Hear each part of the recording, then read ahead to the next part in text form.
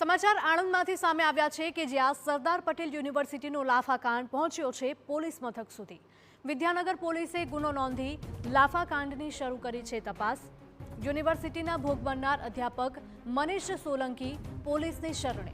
ચાલુ ક્લાસમાં લાફો મારનાર તત્કાલીન એચઓડી પારુલ પોપટ વિરુદ્ધ નોંધાયો છે ગુનો।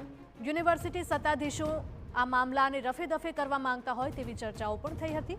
પારુલ પોપટ સામે કાર્યવાહીને બદલે છાબરવા આવતા હોવાનો આરોપ લાગ્યો છે। મનીષ સોલંકીની ફરિયાદને આધારે વિદ્યાનગર પોલીસે તપાસ હાથ ધરી।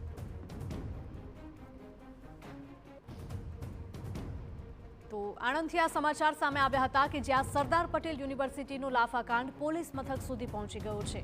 વિદ્યાનગર પોલીસે આ મામલે ગુનો નોંધી લાફાકાંડની તપાસ શરૂ કરી છે। પૂછપરછ શરૂ કરવામાં આવી રહી છે ત્યારે યુનિવર્સિટીના ભોગ બનનાર અધ્યાપક મનીષ સોલંકી પોલીસની શરણે ગયા હતા અને ચાલુ ક્લાસમાં લાફો મારનાર તત્કાલીન એચઓડી પારુલ પોપટ વિરુદ્ધ ગુનો નોંધાયો છે।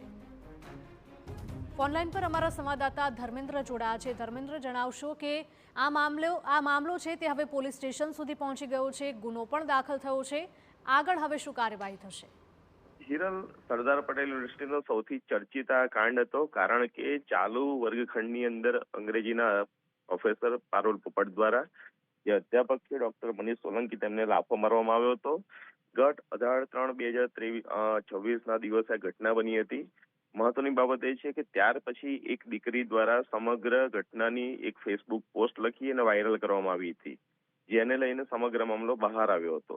3 દિવસ સુધી ડોક્ટર મનીષ સોલંકીએ કોઈ પણ પગલા ન ભરવા માટેનો નિર્ણય કર્યો હતો, પરંતુ જે રીતે તેમની બદનામી થઈ હતી, તેમની માનસિક રીતે ટોર્ચર કરવામાં આવ્યા અને તેના જ કારણે તેમણે યુનિવર્સિટીને લેખિત ફરિયાદ કરી હતી, પરંતુ યુનિવર્સિટી દ્વારા 13-14 દિવસ સુધી કોઈ જ પ્રકારની કાર્યવાહી પારુલ પોપટ વિરુદ્ધ ન કરવામાં આવતા અંતે કંટાળીને ડોક્ટર મનીષ સોલંકી દ્વારા પોલીસ મથકે ફરિયાદ આપવામાં આવી છે। જુદા જુદા પ્રકારની કલમો સાથે ગુનો દાખલ કરવાની પણ માંગ કરવામાં આવી છે, કારણ કે જે ગંભીર પ્રકારનો કૃત્ય આ ડોક્ટર પારુલ પોપટ દ્વારા ચાલુ વર્ગખંડમાં આચરવામાં આવ્યું છે તેને માફ ન કરી શકાય અને તેનાથી ડોક્ટર મનીષ સોલંકીને સામાજિક હાનિ પણ પહોંચી છે, તેમનો ઉલ્લેખ પણ કરવામાં આવ્યો છે। હવે વિદ્યાનગર પોલીસ દ્વારા સીસીટીવી ફૂટેજ અને જે સાક્ષીઓના નિવેદનો લેવાની કાર્યવાહી કરવામાં આવશે, કારણ કે વર્ગખંડની અંદર વિદ્યાર્થીઓ હતા।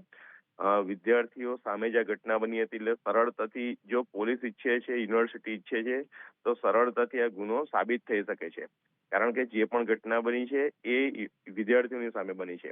બીજી તરફ સૌથી શરમજનક બાબત એ છે કે વિદ્યાનગર સરદાર પટેલ યુનિવર્સિટીના વાઇસ ચાન્સેલર અને રજિસ્ટ્રાર 14 દિવસ સુધી ડોક્ટર મનીષ સોલંકી દ્વારા ફરિયાદ આપી હોવા છતાં કોઈ જ પ્રકારની કાર્યવાહી ન કરી અને ઉપરથી ડોક્ટર મનીષ સોલંકીએ ડોક્ટર પારુલ પોપટને માનસિક શારીરિક હેરાન કર્યા છે તે પ્રકારેની એક ફરિયાદ ડોક્ટર પારુલ પોપટ જોડેથી લેવામાં આવી હતી અને તેની 2 સમિતિ બનાવીને તપાસ હાથ ધરી।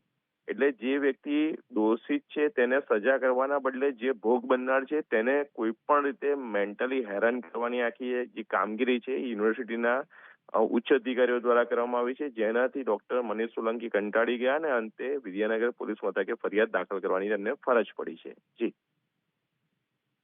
આભાર ધર્મેન્દ્ર।